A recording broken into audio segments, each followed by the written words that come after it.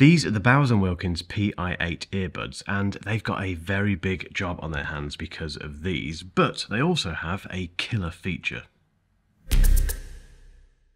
Last year, I called the Bowers Wilkins Pi7 S2s the best sounding pair of earbuds I've ever put in my ears, which is a massive statement, but it was absolutely true. They still do sound utterly fantastic. The big question is that statement still true now that we have the Bowers Wilkins Pi8? Because these are the successor to these. There's lots to cover in this video and all of it is very exciting, I promise. Before we do that, just a very quick word from not a sponsor, but just one of the channel partners that I have that help me keep the lights on in this studio. That is Brain FM, and Brain FM is basically something I cannot do without these days if I'm writing or doing any kind of work where I have to get into that kind of flow state where you're completely locked into what you're doing. It basically plays music, audio into your ears that makes you more productive. Now, obviously, they can't claim to make you more productive. That's impossible, but I can't work without it. Brain FM is just, it's so important to my workflow. I won't say any more about it, but what I will say is that there's a nice, tasty discount for anyone who clicks the link in my description. Go and check it out.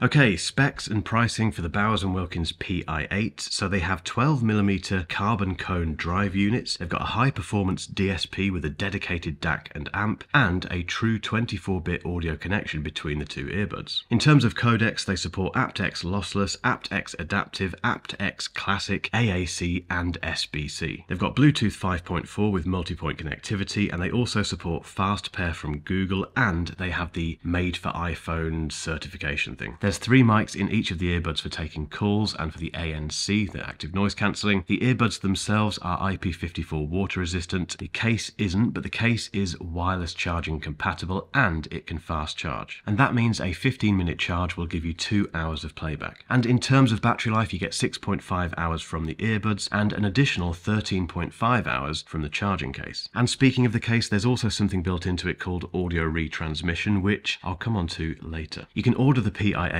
this month and they cost £349 in the UK, which is exactly the same price as the Pi7 S2s. So they're not cheap still, and that means still they need to perform. Let's talk design, and that is the Pi7 S2, which is very premium looking, very much Bowers Wilkins, very distinctively designed. That is the Pi8, which again, very Bowers Wilkins looking, very premium, but arguably, the previous version looks a bit more distinctive. Now, the reason they look so different is because Bowers Wilkins apparently spent a long time on the design of the Pi8s because they weren't satisfied with the design and the fit of the Pi7 S2s. Now, I never had a problem with these. These are incredibly comfortable for me. That said, this does illustrate the challenge that earbud and headphone manufacturers have when it comes to designing these things, because we all have different ears, there's billions of different ear types, I would guess, and finding something that fits all of us is very tricky. But they've done a lot of work, like I say, so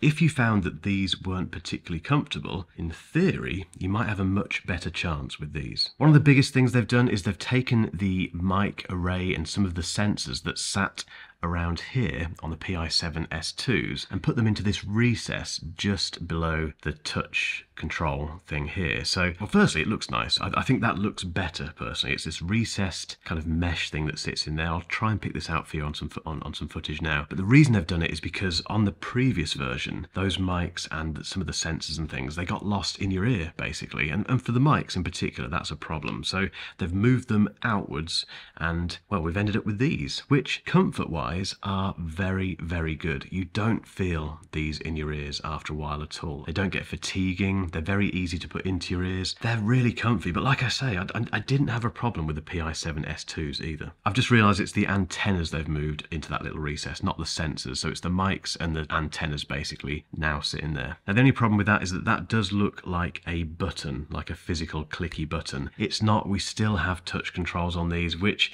isn't my favourite method of input for any type of a headphone or earbud. But that said, if you're fiddling with these in your ears, you don't accidentally press the touch controls that often, or at least I don't, and you do have to give them a bit of a tap to do anything, so it's a decent halfway house. In terms of the case, That's the Pi7 S2 case, and that is the Pi8 case. So we still have the nice branding on there, the lovely Bowers Wilkins stuff, which was on the top of the previous version, but look at the size. The Pi7 S2 case for me was just way too big. It's way too chunky in your pocket. The Pi8 case is still bigger than the market leader for this, really, which is the AirPods Pro 2 case. It's still a bit bigger than that, a bit chunkier than that, but it's more the kind of AirPods Pro case shape, and it's not as trouser troubling as this.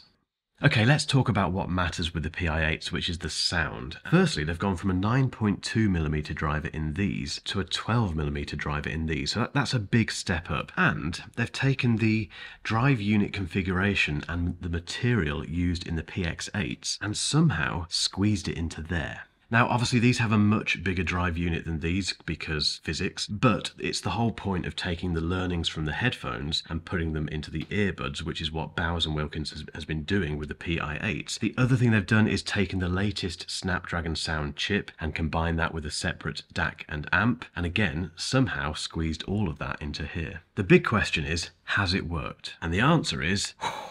yes. Now, yes, you do have to A/B test the Pi7 S2s against the Pi8s to spot the differences, because of course you do, and because these set such a high bar. These were, remember, the best sounding pair of earbuds I'd ever placed in my ears when I reviewed them. These are now the best sounding pair of earbuds I've ever heard in my ears, placed into my ears. Is it a seismic jump? No, it can't be, because these were so good, and they still are so good, but it's definitely there. These just sound more rounded. There's more width, there's more depth to the music, there's more detail, there's more everything. They just sound better. And no, I'm not an audiophile. This isn't an audiophile channel. I'm not going to go into detail on all of the frequency responses and all that stuff because I don't fully understand it and my ears aren't geared towards that kind of listening. All I can say is that these do sound better than these. But the magic really happens when we go into the Bowers Wilkins app, because this time around we have a 5-band equalizer to play with, and we couldn't do that with the Pi7 S2s. It was a very Bowers Wilkins thing. It was a case of, that's the sound, that's what you're getting, we know what we're doing, get on with it. Now that's fine, Bowers Wilkins do know what they're doing, but sometimes you do need to bow to the pressure, and clearly enough people were asking for an EQ for them to put it in, and that is such good news for 2 reasons. The first reason is that you can get the sound you want, so even if you put these into your ears and think, wow, these are amazing, it's still worth having a little play with that EQ, because you will find an even better sound that suits your style of listening. The second reason is that the 5-band EQ that Bowers Wilkins have given us on that app really reveals how powerful these are. Basically, it just shows you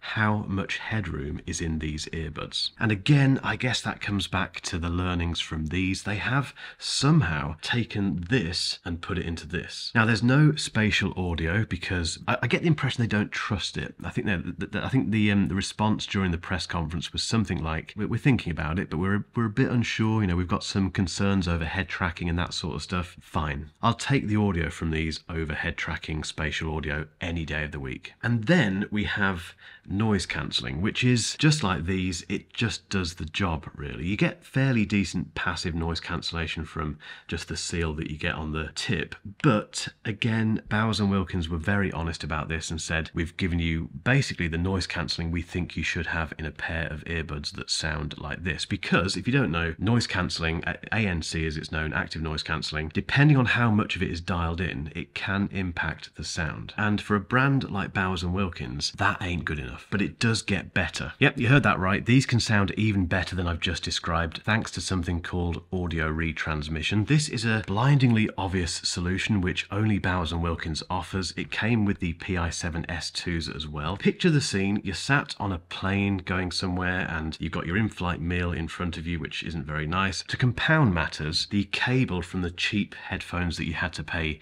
£5 for from the airline keeps dipping into your shepherd's pie. That's annoying. So what you do instead is take this cable, plug that end into the in-flight entertainment system, and plug this end into the Pi8 case. You then take the earbuds out, put them into your ears, and the audio from the in-flight entertainment system is streamed from here into these. It's utterly genius, and it does it in the aptX adaptive codec. So if you have a source that doesn't play back that codec, it gets converted to that codec via this. The other reason this is so great is because you can connect the case to, let's say, your MacBook Pro, which can send lossless audio and high quality audio to an external device, and this becomes that external device. I did this on my MacBook Air. I connected this via USB-C from there to USB-C on the MacBook, and then in the audio configuration in macOS, set this to playback at 24-bit 96 kilohertz. They went from being incredible to being... And that brings me on to my conclusion about the Pi8s.